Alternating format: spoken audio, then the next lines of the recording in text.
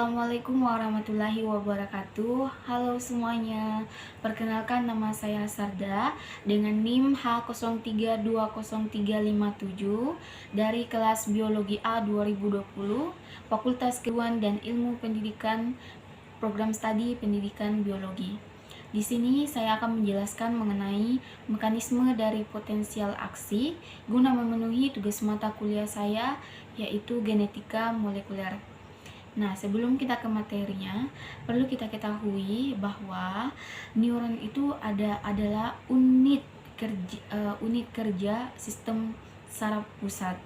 Nah, di sini kita akan membahas mengenai mekanisme dari potensial aksi.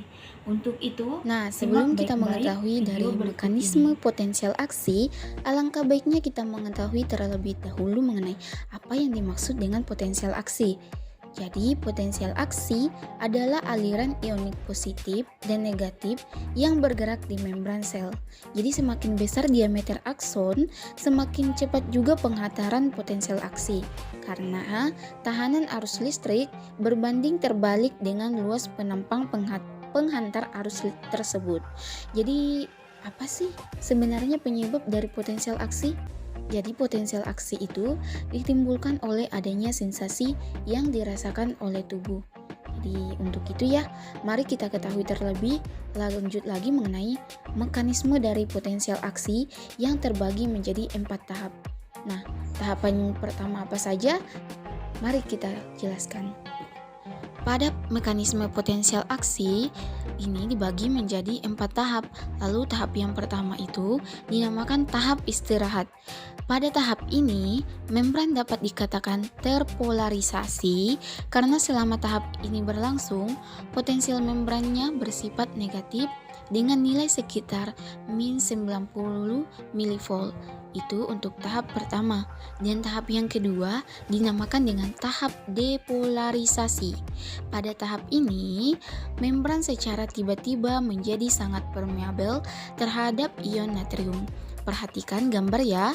Hal ini menyebabkan kanal ion natrium terbuka dengan cepat dan sejumlah besar ion natrium yang bermuatan positif akan berdifusi masuk ke dalam akson. Nah, keadaan membran yang awalnya terpolarisasi dengan nilai min 90 mV secara cepat akan menjadi semakin positif. Jadi begitu ya untuk tahap 1 dan 2. Perhatikan gambar lagi. Pada tahap ketiga dinamakan repolarisasi.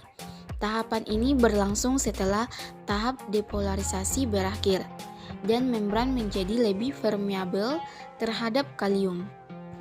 Berakhirnya tahap depolarisasi adalah ketika kanal ion natrium tertutup dengan cepat yang diikuti oleh pembukaan kanal ion kalium secara lambat. Itu untuk tahap pada repolarisasi. Nah, tahap keempat yaitu tahap hiperpolarisasi. Jadi setelah tahap repolarisasi berakhir, akan dikenal suatu kondisi yang disebut dengan positif after potential. Perhatikan gambar baik-baik ya. Keadaan ini merupakan kondisi potensial membran yang lebih negatif dari kondisi istirahat. Jadi ini terjadi akibat lambatnya penutupan kanal ion K. Begitu dari mekanisme dari potensial aksi yang terbagi menjadi beberapa tahap, dan tadi juga sudah dijelaskan mengenai apa yang dimaksud dengan potensial aksi dan apa saja penyebabnya.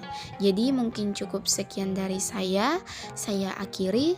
Wabillahi taufiq wal hidayah. Wassalamualaikum warahmatullahi wabarakatuh, dan sampai jumpa pada materi berikutnya.